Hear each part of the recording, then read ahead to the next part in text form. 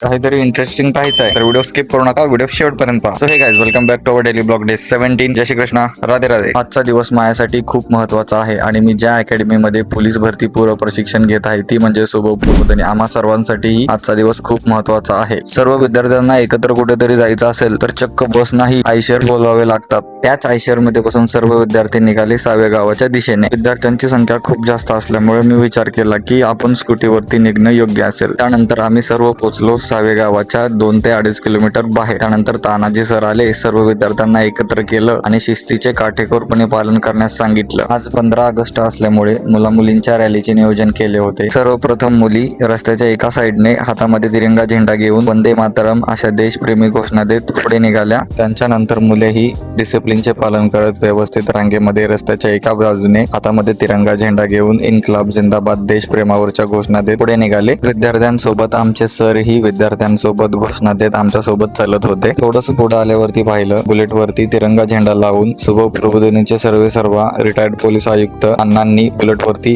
Royal entry मारली. Finally आम्ही चलत चलत सावे गावामध्ये पोहोचलो. त्यानंतर आम्हाला गावामधील विविध ठिकाणी चालत रॅली काढण्यात आली आणि फिरवण्यात आले. सो फायनली आम्ही सावे गावाच्या मध्यभागी पोहोचलो. त्याच्यानंतर सरांनी सर्वांना लाईन मध्ये उभा करून घेतले. त्याच्यानंतर सरांनी कमांड दिली.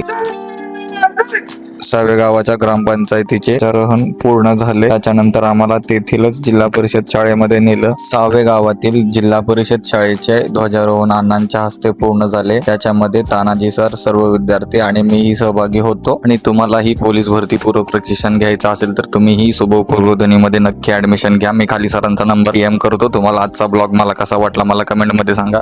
जय श्री कृष्णा, राधे राधे. भेटूया पुढच्या ब्लॉग मध्ये.